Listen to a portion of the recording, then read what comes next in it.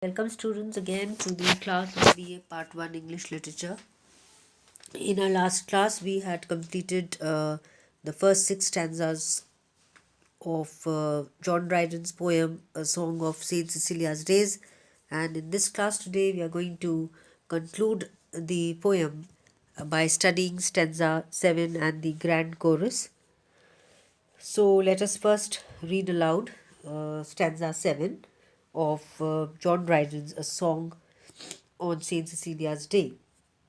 Orpheus could lead the savage race, and trees unrooted left their place, sequacious of the lyre.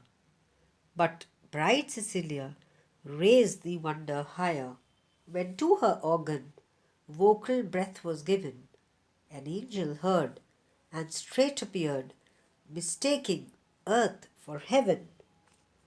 So here we find that Dryden, after describing in the first six stanzas the creation of the whole universe with the power of the music, and went on to describe the different musical instruments and the effect of the music given out by those instruments on different emotions. For example, war or love by the flute or the trumpet and the drums. And in this stanza, now he is comparing a Greek mythical figure, Orpheus, who is known for the power which his musical instrument called lyre could create, so much so that even all the animals in the forests would come to listen to him, and the trees would be so much mesmerized and attracted for towards the sound that they would uproot themselves and follow him. And such was the power of this Greek myth. But here Dryden wants to compare this power of music of Orpheus with uh, Cecilia's uh, musical power, which was created through the organ, instrumental uh, called organ. It was so high that when she played it, she could attract not only the earthly beings but angels who move up in the heaven. They were also attracted, and they felt that as if they have reached heaven itself. So here the contrast between Cecilia and Orpheus has been emphasized upon to reflect the power of music on even heavenly bodies. And this reflects the in here how Dryden is celebrating heavenly music, which he did in the first stanza, where he talked about the creation of the whole universe with the power of music. So basically, an ode is talking about the it is praising the power of music, because the subject matter is very elevated, and it talks about the creation of the universe. The poet also tells about, here we can see in the picture the power of Orpheus, and he has been referred as the god of music in the Greek mythology, and because it attracted even the lifeless objects.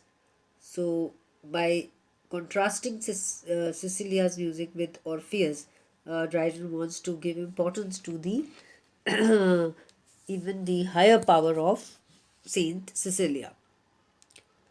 And in the last stanza, which is termed as the grand chorus, a chorus is the music or the song sung at the end of the poem, and basically it is sung in the church when people sing it together. And let us read it aloud.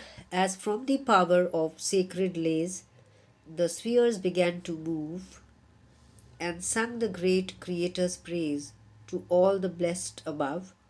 So when the last and dreadful hour this crumbling pageant shall devour, the trumpet shall be heard on high, the dead shall live, the living die, and music shall untune the sky.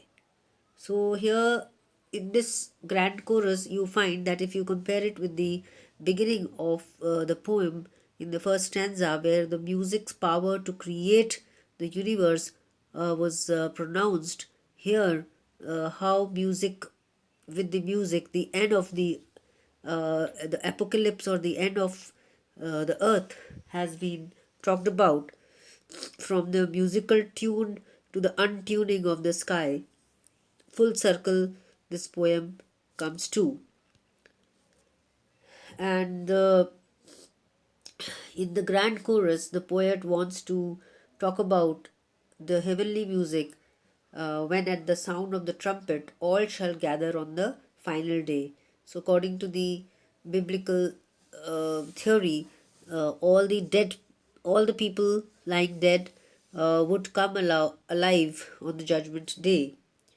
As music began the creation and sustained its harmony through the music of the moving spheres, so all the planets or the heavenly bodies, so it will end it, and music will untune the sky. When everything will stop, it all will be destructed. There would not be any music in the heaven.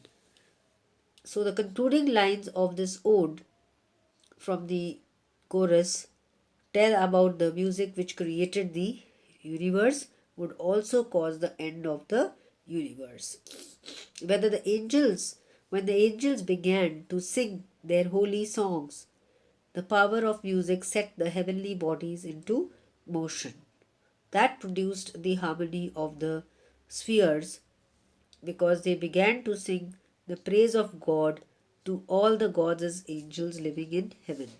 So, as from the power of sacred lays, the sacred here refers to the divine, the spheres refers to the heavenly bodies, and they all had started to sing about the praise of the Creator, the God. And in the end, in the last hour, the judgment day, everything came to a destruction with the sound of the trumpet. And the dead shall live, the living die refers to everything that will become topsy turvy.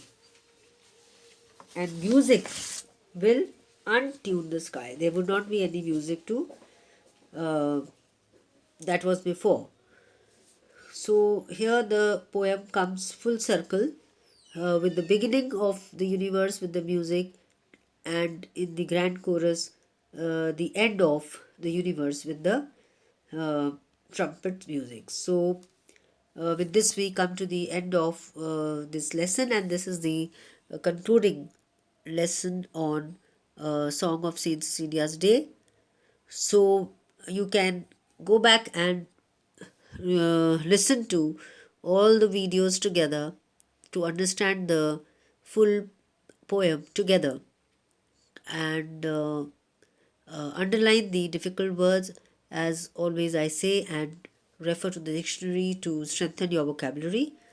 And with this lesson we come to the end of completion of all the chapters and all the poets from section A. Thank you so much.